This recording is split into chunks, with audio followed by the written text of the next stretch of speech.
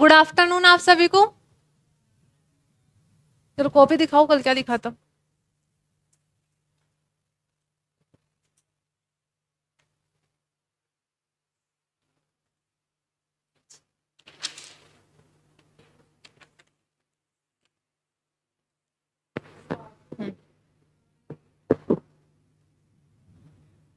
देखिए कल हमने देखे थे कि नेशनल इनकम को कैलकुलेट करने के कौन कौन से मेथड हो सकते हैं। एक हमने देखा था कल value addition method. Value addition method का मतलब क्या होता है, किसी भी इकोनॉमी में, किसी भी सेक्टर में, इकोनॉमी में 3 सेक्टर होते हैं, प्राइमरी, सेकेंडरी और टर्शियरी सेक्टर। ठीक है, तो किसी भी इकोनॉमी में, किसी भी सेक्टर में जो हर लेवल पे वैल्यू एडिशन होता है, उन सारे वैल्यू एडिशन को ऐड कर दो तो क्या आ जाएगी, आपकी पूरी इकोनॉमी की जीडीपी आ जाएगी। एक होता है इनकम मेथड और एक होता है एक्सपेंडिचर मेथड। कल हमने सिर्फ वैल्यू एडिशन पढ़ा था। वैल्यू एडिशन में हमने एक फॉर्मूला लिखा था। क्या लिखा था? Total value addition plus change in stock minus intermediary consumption.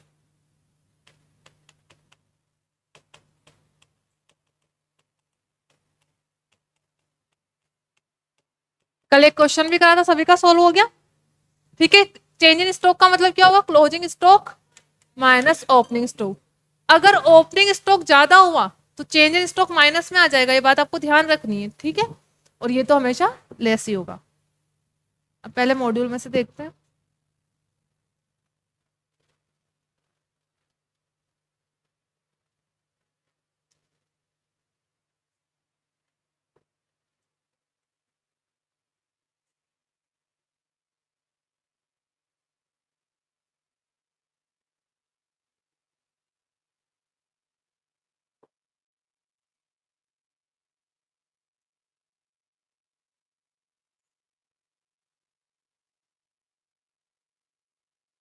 बाद में देखेंगे।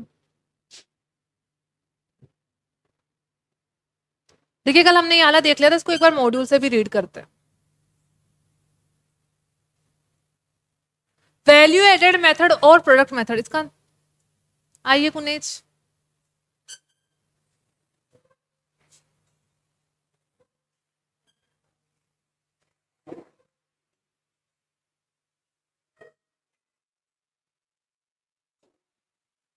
महक क्या हुआ? इट्स ओके, ऐसा चलता रहता है। ठीक है, कोई बात नहीं। देखिए वैल्यूडेशन मेथड का दूसरा नाम क्या होता है, प्रोडक्ट मेथड। तो जहां पे आपने वैल्यूडेशन मेथड लिखा था वहीं पे प्रोडक्ट मेथड भी लिख लो। ठीक है, कॉपी में जहां वैल्यूडेशन मेथड लिखा है वहां प्रोडक्ट मेथड भी लिख लो। इसका दूसरा नाम क्या है, product method.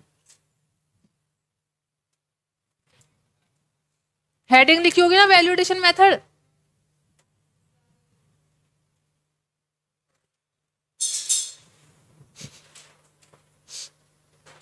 National income by value added method is the sum total of net value added.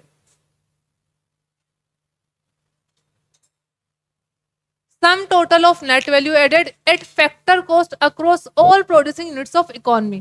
The value added method measure the, अब जो भी वैल्यू एडिशन आएगा, यहाँ पे फैक्टर कॉस्ट क्यों लिखा हुआ है,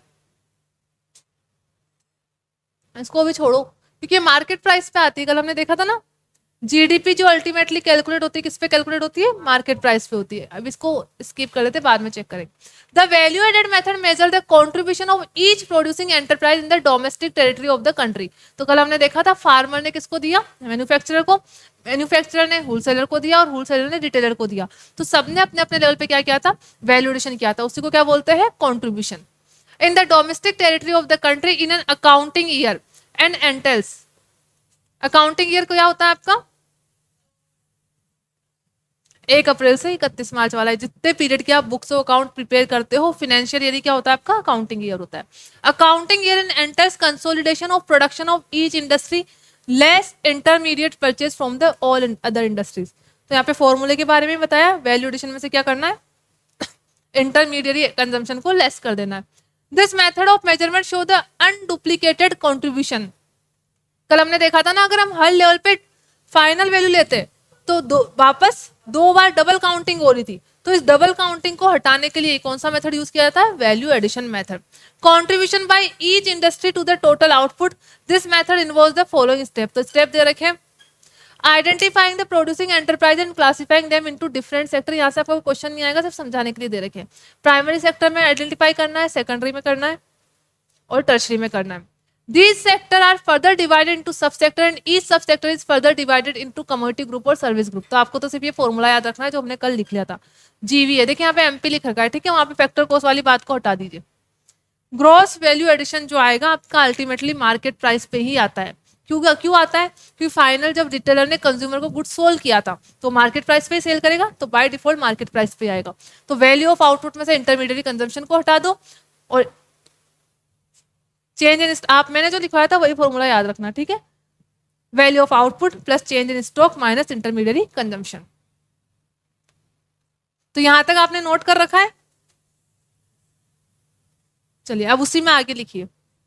इसी से अगर आपको फर्दर इनकम कैलकुलेट करनी हो, कल हमने जीवीएमपी का तो लिख लिया था, इसी से आपको निकालना हो जीवीए एफसी, तो कैसे निकालोगे?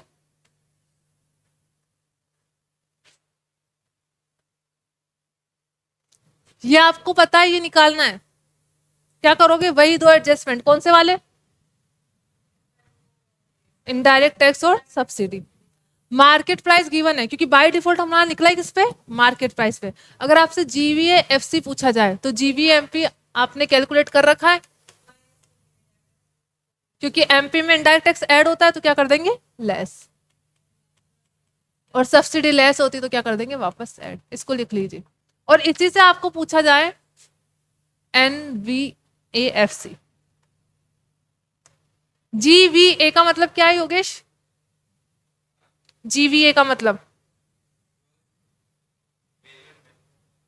ग्रॉस वैल्यू, ए का मतलब एडिशन, ठीक है, जीवीए। और एमपी मतलब, और एफसी मतलब, चलो मेरे को उम्मीद से बढ़िया किया आपने, वेरी गुड।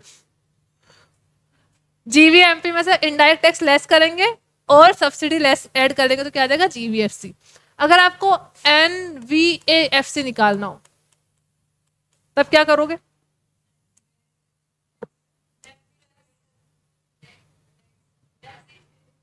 जीवीएफसी में से प्लस करोगे।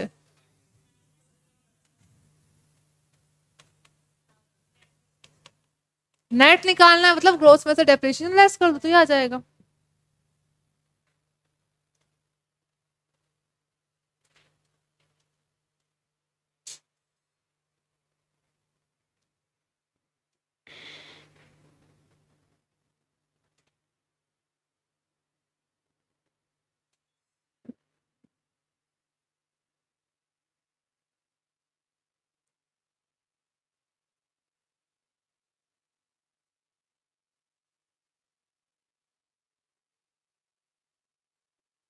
Good afternoon Dayanand.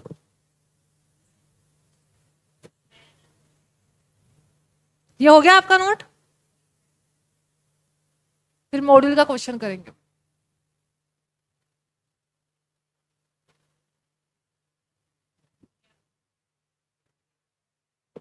चलो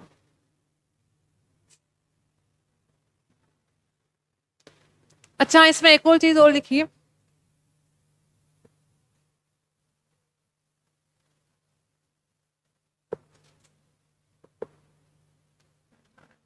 एनएनपी फैक्टर कॉस्ट, अगर आपको यहां से एनएनपी फैक्टर कॉस्ट निकालना है, जिसको क्या बोलते हैं हम? National income. कैसे निकालेंगे बताइए? ये डेटा अवेलेबल है आपको पास।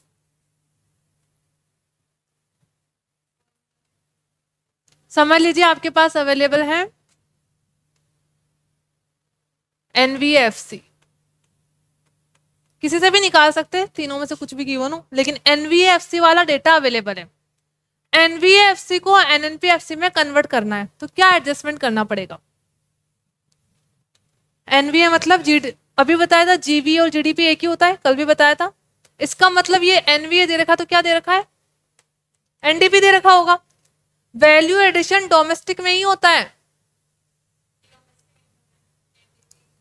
जीवीए और जीडीपी सेम होता है, तो एनवीए का मतलब एनडीपी हो गया। इसका मतलब वैल्यू एडिशन किसको बताता है? डोमेस्टिक प्रोडक्शन को। आपको डोमेस्टिक को नेशनल पे कन्वर्ट करना है। ग्रोस और नेट में डेप्रिसिएशन का एडजस्टमेंट होता है, डोमेस्टिक और नेशनल में किसका एडजस्टमेंट होता है? Good. Net factor income from abroad, domestic में उन लोगों की इनकम भी इंक्लूड है जो बाहर से आए हुए हैं लेकिन यहाँ के काम कर रहे हैं, लेकिन नेशनल में हम सिटीजनशिप के बेसिस पे लेते हैं, तो उसमें से हम उनकी इनकम तो लेस कर देंगे, ठीक है, उनकी इनकम तो लेस कर लेंगे जो है बाहर के लोग लेकिन यहाँ पे आके काम कर रहे हैं। दूसरा, जब हमने वैल्यू एडिशन लिया था तो जो पर्सन है तो इंडिया के लेकिन बाहर रहते हैं, क्या उनकी इनकम इंक्लूड हुई थी? नहीं हुई थी, तो इनको ऐड कर देंगे। तो इसका मतलब एनवीए फैक्टर कॉस्ट में हम प्लस कर देंगे नेट फैक्टर इनकम, क्या लिखते हैं इसको शॉर्टकट में, माइंड से स्किप हो गया, नेट फैक्टर, यही लिखते हैं ना, net factor income from abroad, factor income to abroad minus factor income from abroad, इन दोनों को लेस करेंगे तो ये आ जाएगा। आप लोगों ने ये नहीं लिखा होगा ना अभी, पहले इसको लिखना फैक्टर इनकम फ्रॉम अब्रोड, क्योंकि क्योंकि हमारे इंडिया में ये ज्यादा होती है।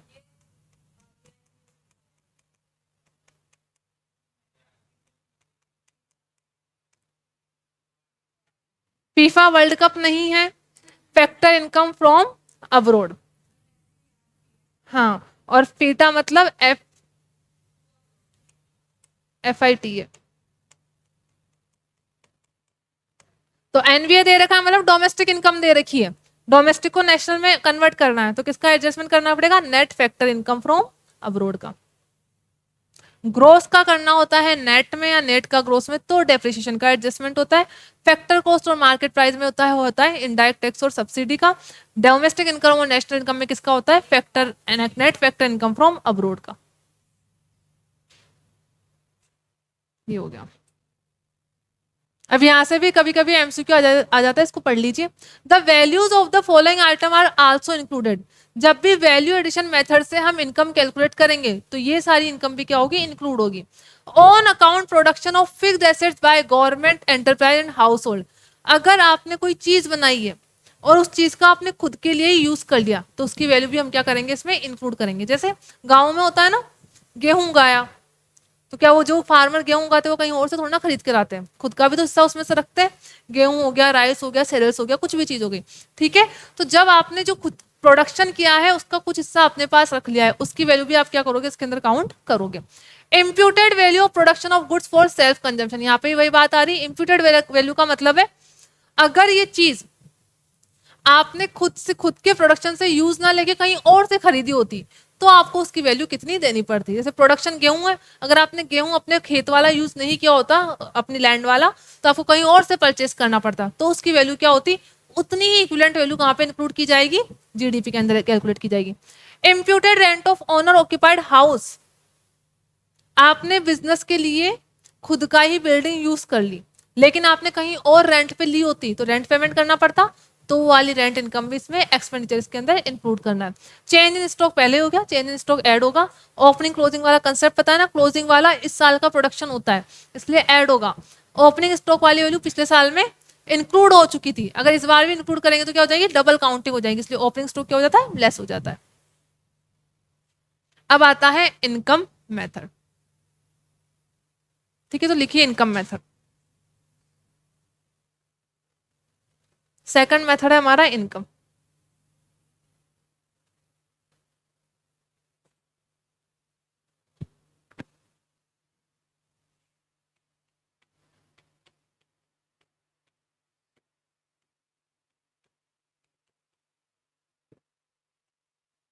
इनकम मेथड में हम लेते हैं income from factor of production.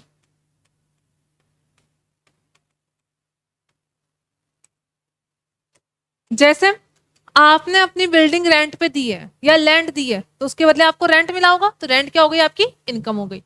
तो एक इकोनॉमी में जितने भी पर्सन ने रेंट के थ्रू इनकम इंक्लूड की है, उन सारे रेंट का टोटल। हो सकता है आपने कैपिटल क्या दे रखी हो, लोन पे, मतलब आपने किसी को पैसा उधार दे रखा हो, तो वहां से आपकी इनकम क्या होगी, इंटरेस्ट। तो एक इकोनॉमी में इंटरेस्ट से होने वाली सारी इनकम का टोटल। अगर आप एंटरप्रेन्योर हो तो आपकी इनकम क्या होगी, प्रॉफिट।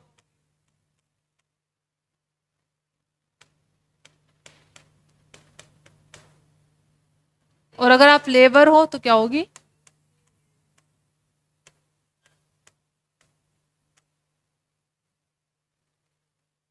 तो इन चारों इनकम का टोटल करते क्या आ जाएगी, आपकी इनकम मेथड से ये नेशनल इनकम आ जाएगी। अब इसका बस फॉर्मूला आपकी बुक में अलग दे रखा है, आपको वो वाला फॉर्मूला नोट करना है। कंसेप्ट तो यही है कि एक इकोनॉमी में किसी भी फैक्टर ऑफ प्रोडक्शन के बदले जिस जिस पर्सन को जो इनकम होती है, क्योंकि प्रोड्यूसर के लिए तो क्या है, ये एक्सपेंडिचर है, लेकिन हमें उनका पॉइंट ऑफ व्यू नहीं देखना है, हमें कंज्यूमर का देखना है, owner of factor of production का पॉइंट ऑफ व्यू देखना है कि उन्हें क्या हो रही है, उन्हें तो क्या हो रही है, इनकम हो रही है। लेबर के पॉइंट ऑफ व्यू से वेजेस क्या है, उसकी इनकम है। कैपिटल ओनर के पॉइंट ऑफ व्यू से इंटरेस्ट क्या है, उसकी इनकम है। और लैंड के ओनर के लिए उसका रेंट क्या है, इनकम है। और एंटरप्रेन्योर के लिए प्रॉफिट उसकी इनकम है।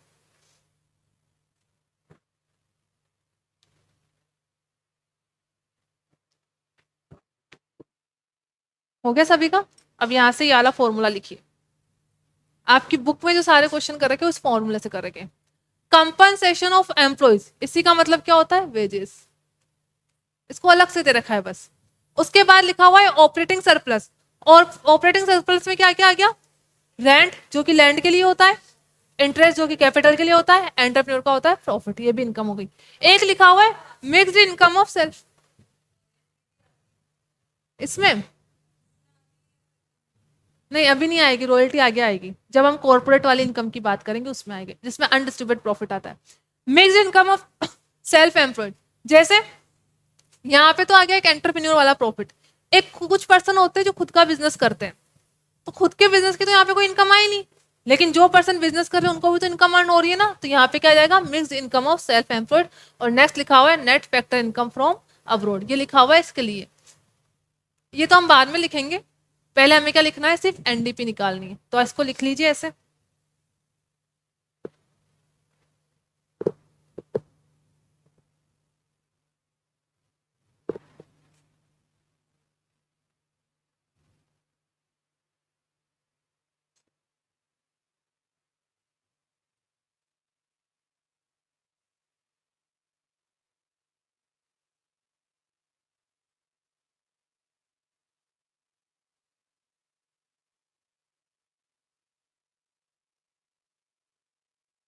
अब यहाँ पे आप पहले ये वाली चीज नोट कीजिए, वैल्यूएशन में जब हमने कैलकुलेट की थी तो बाय डिफॉल्ट क्या आ रहा था, यहाँ पे क्या आ रहा है, एनडीपी नेट आ रहा है। इस किसी भी इनकम में देख लिए कहीं डेप्रिसिएशन की बात हो रही है, नहीं हो रही है। इसका मतलब इससे डेप्रिसिएशन ऑलरेडी क्या है, एक्सक्लूड है, इसलिए किस पे आएगी, एनडीपी पे। और यहाँ पे हमने कहीं भी ना तो इनडायरेक्ट टैक्स की बात की है ना सब्सिडी की बात की है, तो यहाँ पे इनडायरेक्ट टैक्स भी इंक्लूड नहीं है, सब्सिडी का भी कोई एडजस्टमेंट नहीं है। इसका मतलब इनकम मेथड से जब भी आप कोई इनकम कैलकुलेट करोगे तो बाय डिफॉल्ट किस पे आएगी, वो एनडीपी फैक्टर कॉस्ट पे आएगी। इसको नोट कर लेते हैं।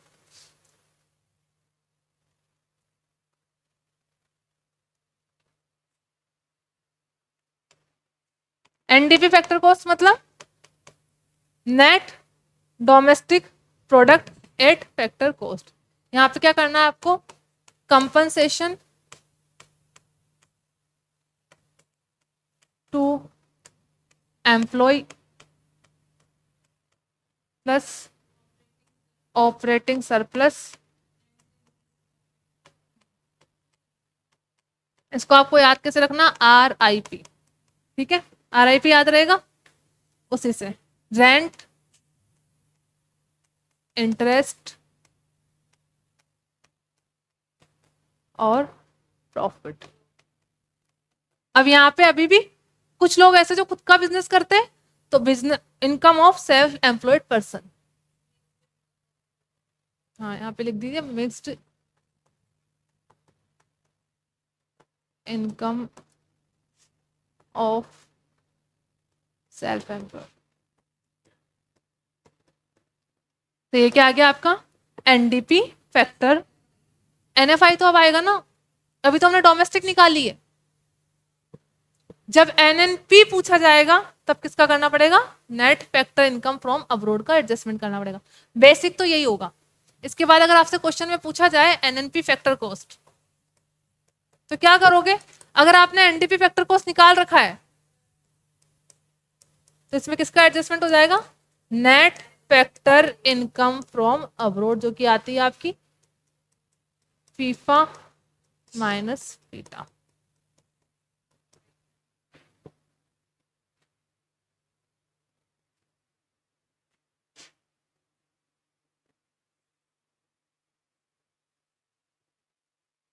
तनु कहाँ पर हो आप, क्लास में नहीं आए? Good afternoon.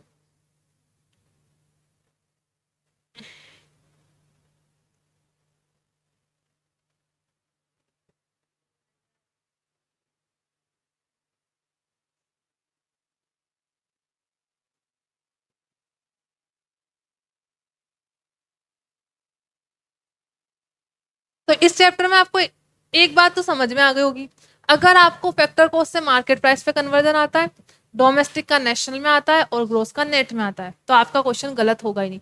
यही 3 एडजस्टमेंट पूरे चैप्टर में आपको याद रखने हैं। अब देखिए इसके क्वेश्चन करते हैं हम। एक्सपेंडिचर मेथड बाद में देखेंगे, अभी ये आपका एक क्वेश्चन है, इसको करके बताइए।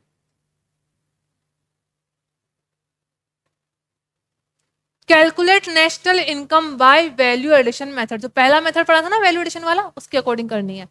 सेल्स दे रखी है, ओपनिंग स्टॉक दे रखा है, इंटरमीडिएट कंजम्पशन दे रखा है, क्लोजिंग स्टॉक दे रखा है, net factor income from abroad दे रखा है, depreciation, excise duty, subsidies. Value addition से निकालनी है।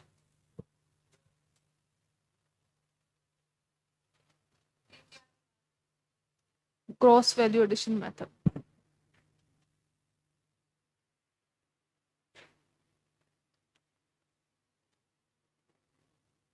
चलो ठीक है, कोई बात नहीं, बैकअप देख लेना बस आप आज का।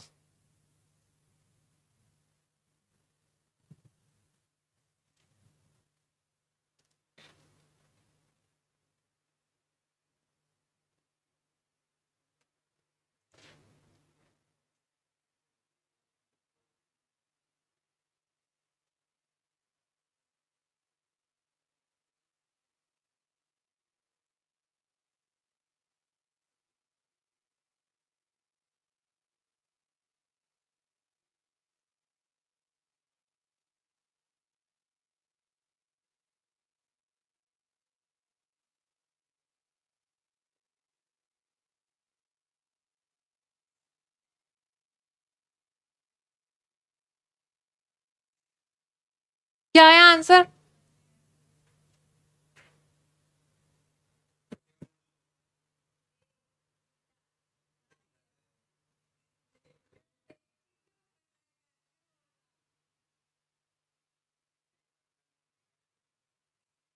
इसमें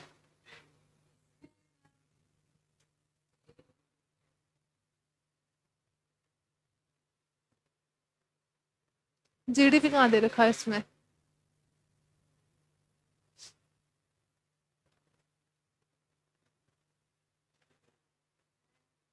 अच्छा, हमने वैल्यू एडिशन क्या लिया इसमें?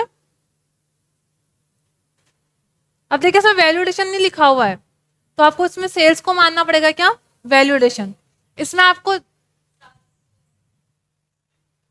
सबसे पहले क्या निकालते हैं, यही आएगा हमारा बाय डिफॉल्ट। निकालना क्या है हमें, नेशनल इनकम, मतलब हमें जीवीए एमपी से, इसका मतलब आपको जीडीपी एमपी से कहां पहुंचना है, NNP factor cost. National income का मतलब यही होता है। तो पहले हमें निकालनी पड़ेगी ये निकालने,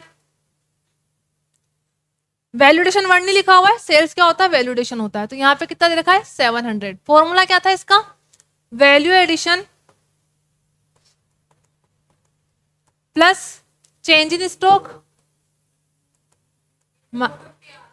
माइनस इंटरमीडियरी कंजम्पशन, कितना कितना आया?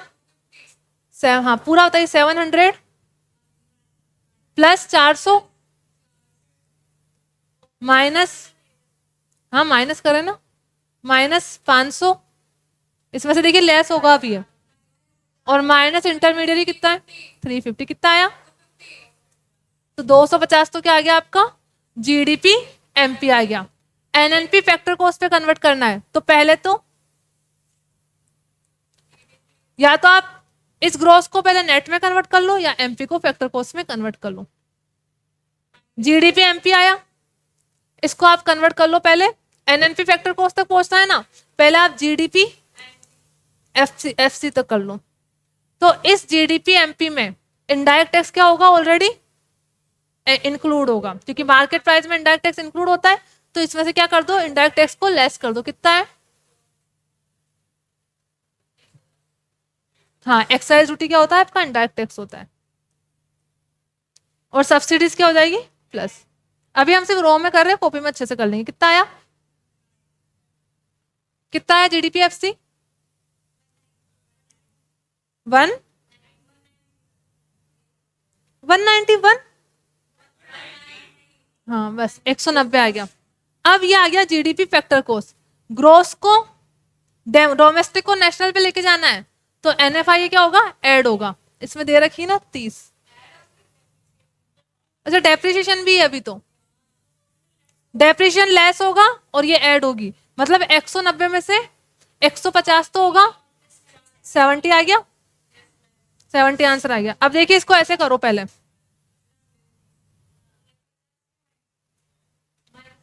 डेप्रिसिएशन लेस होगा ना, आ गया ना 70।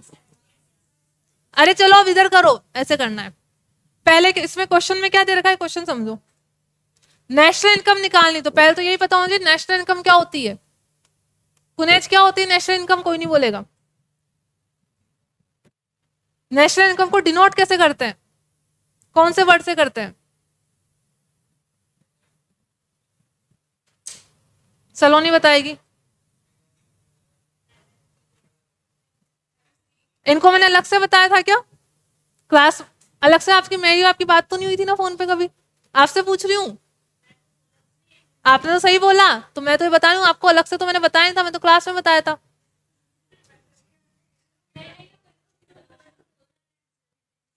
क्यों याद नहीं था आप लोगों को? अगर मैंने अगली बार इतना इजी क्वेश्चन पूछा और आपने नहीं बताया, मैं क्लास से बाहर निकालूंगी बच्चों को। आप लोग क्या बहुत ही ज्यादा लीनियंट हो गए अपनी स्टडी को लेके। नेशनल इनकम का मतलब क्या?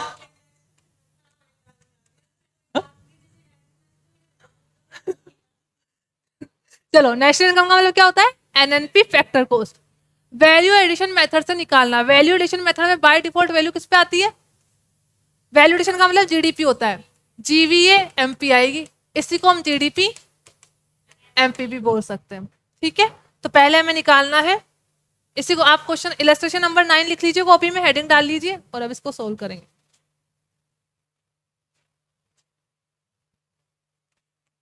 इलस्ट्रेशन 9, इसमें आपको नेशनल इनकम कैलकुलेट करनी है, जिसको हम बोलते हैं एनएनपी फैक्टर कॉस्ट। कौन सा मेथड से? जी वैल्यू एडिशन मेथड से।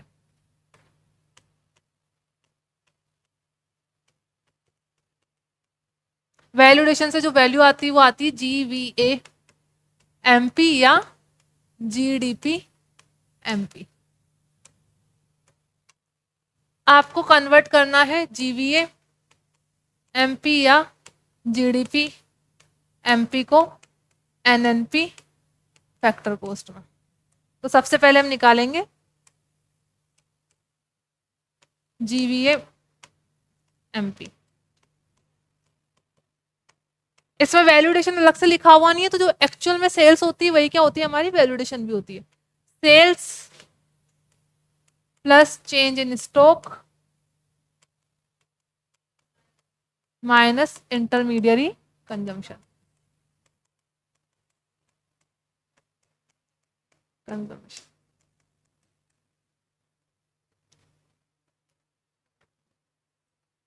चेंज इन स्टॉक कैसे आता है कुनेज?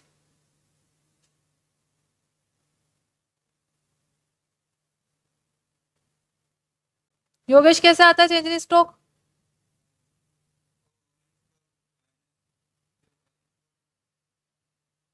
मैक कैसे आता है? और आपने तो बोला ही नहीं, क्यों? अब फिर से आपने इतना इजी मतलब इतना इजी सवाल गलत बताया, बताइए क्या सजा दूं मैं आपको? बताइए, मार दिया जाए या छोड़ दिया जाए? जो गर्ल्स बताएगी वो किया जाएगा, बताओ, माफ करे या सजा दे? क्लास से बाहर निकाल दो इनको, आप दोनों को। जो ये बोलेंगे वही होगा, या एक बार माफ कर दो। और लास्ट टाइम है, आप लोगों को माफ किया जा रहा है। पढ़ के आना कल पूरा चैप्टर। चेंज इन स्टॉक का मतलब होता है closing stock minus opening stock, ठीक है? मॉड्यूल है किसी के पास अभी खुला हुआ नहीं है तो इसे इधर से ही देखना पड़ेगा। सेल्स कितनी है? 700। ओपनिंग क्लोजिंग स्टॉक कितना है? 400। यह है 500 और इंटरमीडिएट कंजम्पशन कितना है हमारा? 350। 700 नहीं, अब अपन 100 नहीं लिख सकते डायरेक्ट, स्टैंडर्ड देखो क्लास का। नहीं नहीं, कोई बात नहीं, पर ऐसे यहाँ पे पूरा लिखना पड़ेगा, मेरे को समझ में आ गया। आप 700 प्लस 400 माइनस 500, 350 था। इसको सोल्व करा तो कितना आ गया?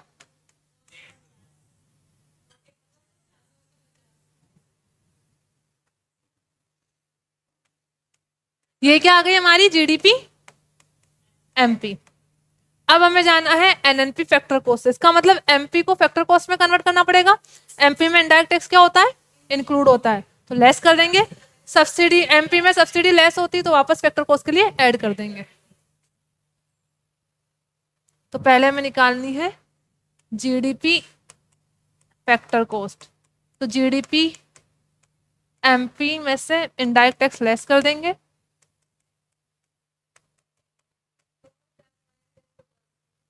और सब्सिडी ऐड कर देंगे।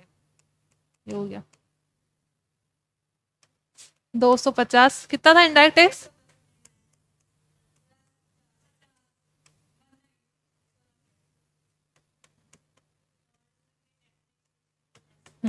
अब आ गया जीडीपी एफसी।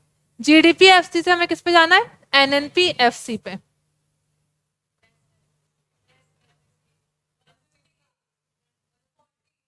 वो तो आएगा एनडीपीएफसी, फिर हमें डोमेस्टिक को नेशनल में भी कन्वर्ट करना है तो एनएफआई का एडजस्टमेंट करेंगे। तो अब हमें जाना है जीडीपी एफसी से एनएनपी एफसी। डेप्रिसिएशन कितना था? तो पहले निकाल लेंगे NDP FC, GDP FC minus depreciation. 190 में से 150 गया तो कितना आ गया आपको? NFI, net factor income from abroad. अब करेंगे ना। अब आ गया एनडीपीएफसी। हमें निकालनी क्या थी? National income. नेशनल इनकम मतलब एनएनपी फैक्टर कॉस्ट। एनडीपीएफसी हमारे पास है, हमें पहुंचना है एनएनपी फैक्टर कॉस्ट से। तो सिर्फ डोमेस्टिक को नेशनल में कन्वर्ट करना है। तो NNP factor cost is equals to NDP factor cost plus net factor income from abroad. तो ये था हमारा 40, ये 30।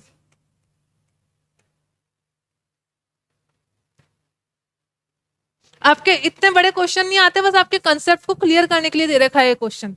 क्या आपके पास कोई भी वैल्यू है तो आप इजीली कर पाओ।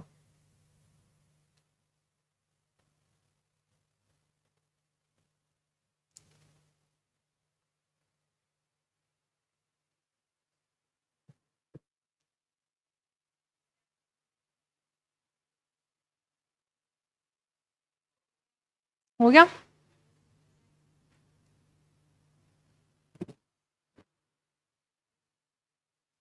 बैठ गया दिमाग में? पक्का? चलो तो नेक्स्ट करके बताओ अब।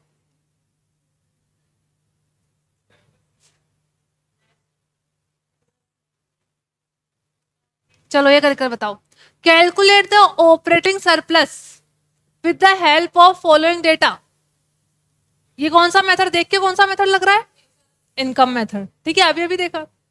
ऐसे करने से याद आ जाता है क्या आपको योगेश?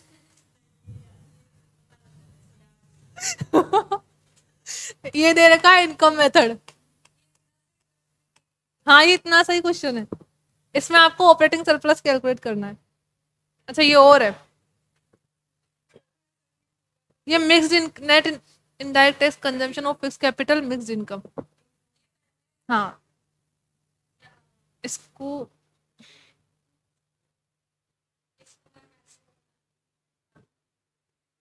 अब देखो, सेल्स दे रखी है, क्या सेल्स इसमें काम आएगी? सेल्स वैल्यूएशन मेथड में काम आती है। इनकम मेथड में ना आपको सेल्स कहाँ लिखवाई? सेल्स नहीं आएगा। कंपनसेशन टू एम्प्लॉय लिखवाया था। पहले तो आप पहला क्या करो, फॉर्मूला लिख लो। फॉर्मूला क्या लिखवाया था मैंने?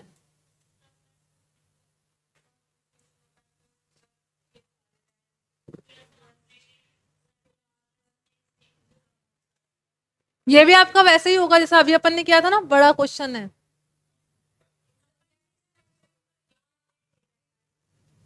सेल्स इसमें काम आएगी क्योंकि ये इनकम मेथड में नहीं आएगी, लेकिन पहले आपको इनकम मेथड पर पहुंचने के लिए सेल्स से डेटा कैलकुलेट करना पड़ेगा, ग्रोस वैल्यू एडिशन का।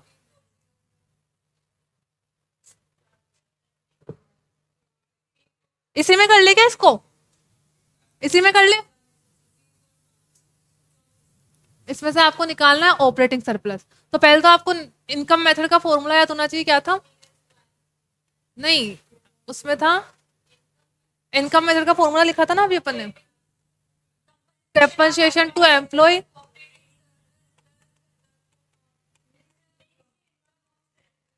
Compensation to employ plus operating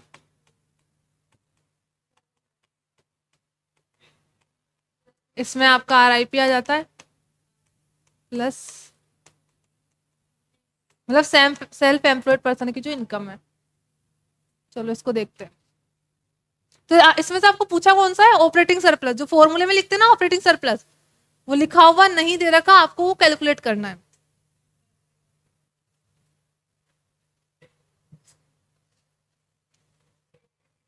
आप है ना इसको कॉपी में ही करो। चलो आ जाओ। कौन सा 10 है ना, इलस्ट्रेशन नंबर 10। इसमें देखो एनडीपी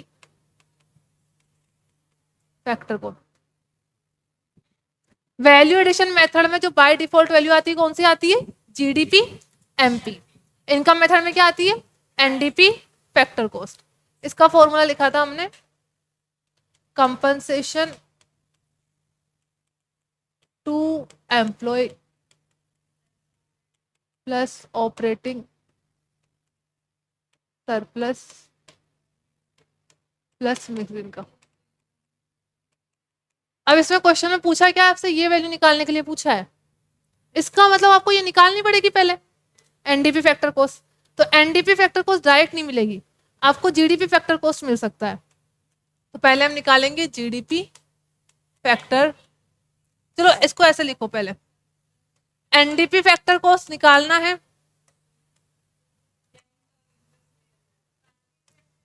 एनडीपी फैक्टर कॉस्ट। अगर आप जीडीपी निकाल लोगे, हाँ वही तो लिखा है मैंने।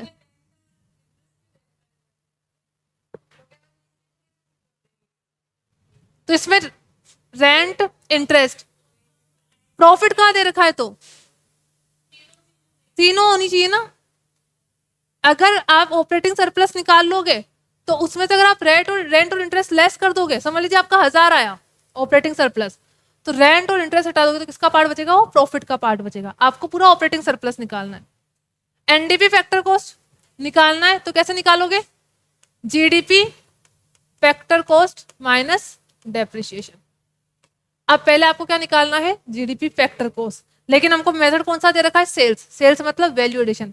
वैल्यू एडिशन में कौन सी आती है? GDP MP. तो यहाँ पे लिख लिया हमने जीडीपी एमपी।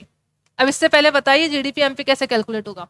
सेल्स दे रखी है, सेल्स में से हमें क्या क्या लेस करना होता है, मतलब 4000 में से 600 गए। हाँ, नीचे और कोई वैल्यू दे रखी है क्या, यहाँ पे कुछ नहीं दे रखा। इसका मतलब अगर सेल्स में से हमने डायरेक्ट सिर्फ इंटरमीडिएट कंजम्पशन को हटा दिया तो क्या आ गया, जीडीपी एमपी। ये आ गया 4000 माइनस 600, 3400। ये एमपी पे आया है, इसको किस पे कन्वर्ट करना पड़ेगा, एफसी पे। जीडीपी एफसी बराबर 3400, नहीं ऐसे मत लिखो, GDP MP plus IDT minus subsidy. ये हमारा 3400 आ गया। इनडायरेक्ट टैक्स कितना है इसमें,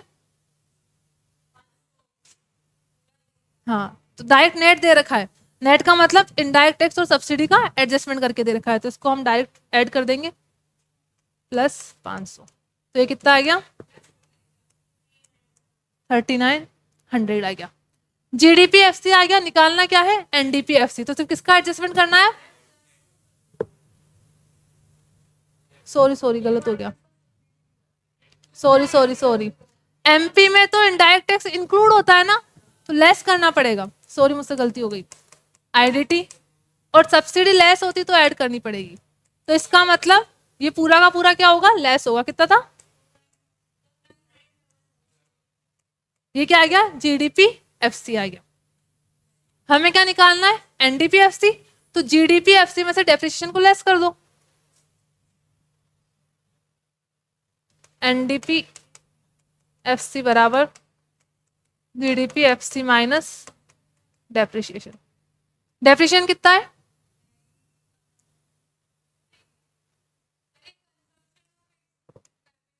कंजम्पशन ऑफ फिक्स कैपिटल का मतलब डेप्रिसिएशन ही होता है, मतलब आपने फिक्स्ड एसेट्स का कितना यूज कर लिया है। तो यहाँ पे इसको 200 को लेस कर दीजिए,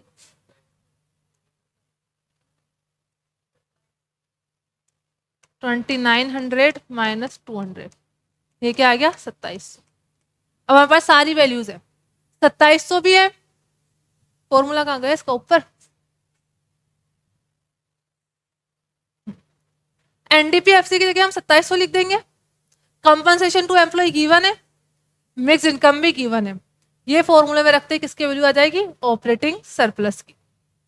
तो क्या बना हमारा 2700 equals to compensation to employ कितना है 800।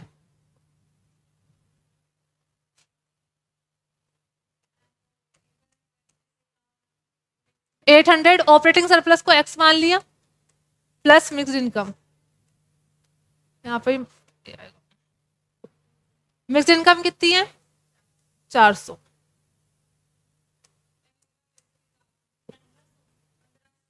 बारह सौ में से 2700 जाएंगे तो देखते कितना आ रहा है, आ गया, हो गया, कर लोगे खुद से। तो ये आप लोग करके आना, अब टाइम हो गया, बाकी काम कल पढ़ेंगे। हैव ए ग्रेट डे आप सभी को।